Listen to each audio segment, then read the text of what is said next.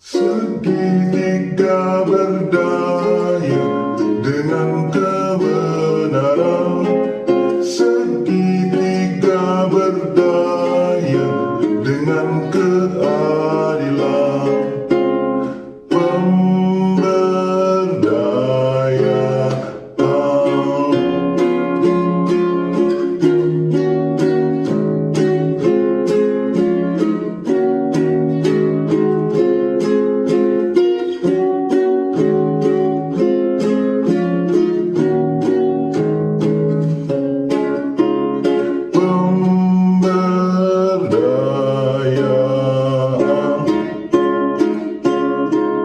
Oke, resensi kedua dari Mas Aziz, resensi books terkait dengan sebuah kebenaran.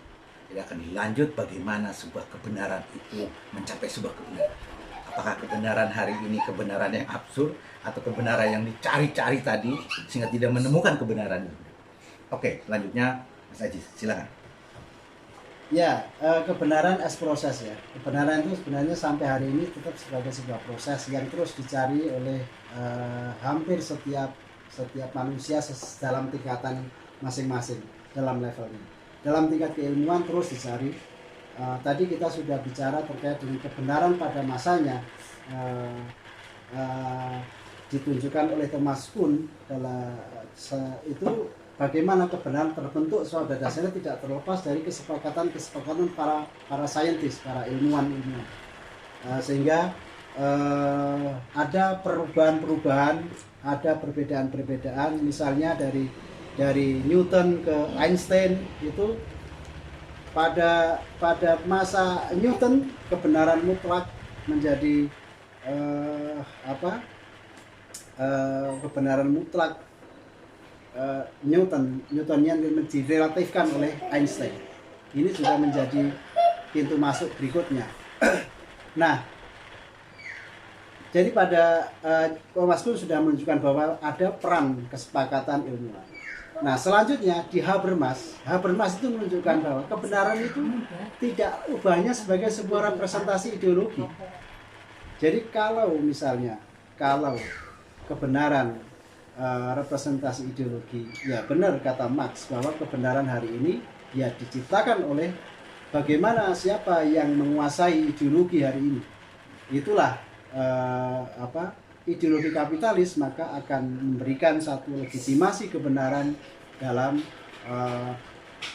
terutama dalam sains. Bagaimana misalnya kebenaran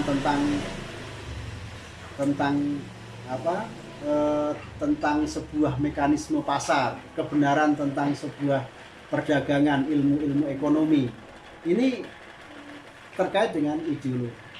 Nah, Habermas selain ideologi, Habermas memberikan ruang bahwa itu terbentuk dalam masyarakat yang partisipator.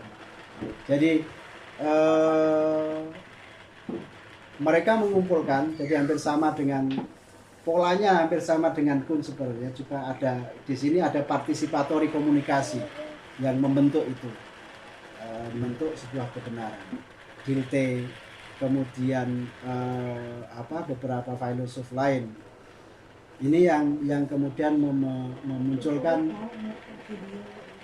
term-term kebenaran tersendiri. Nah, kebenaran model itu kemudian dilakukan dikonstruksi pada masa postmodernisme. Dikonstruksi pokoknya kebenaran tidak ada yang tunggal. Kebenaran itu tidak ada tidak ada mutlak, kebenaran mutlak. Yang ada adalah kebenaran locally, kebenaran kata Cosmo itu the other. Jadi jadi kebenaran yang sering kita terima itu sebenarnya adalah kebenaran yang di seberang sana.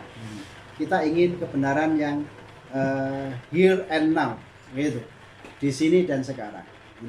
Nah, ini yang kemudian dikonstruksi Cosmo memberikan itu yang merujuk kepada model-model analisisnya Nietzsche, here and now. Jadi kebenaran itu ya bagaimana sebuah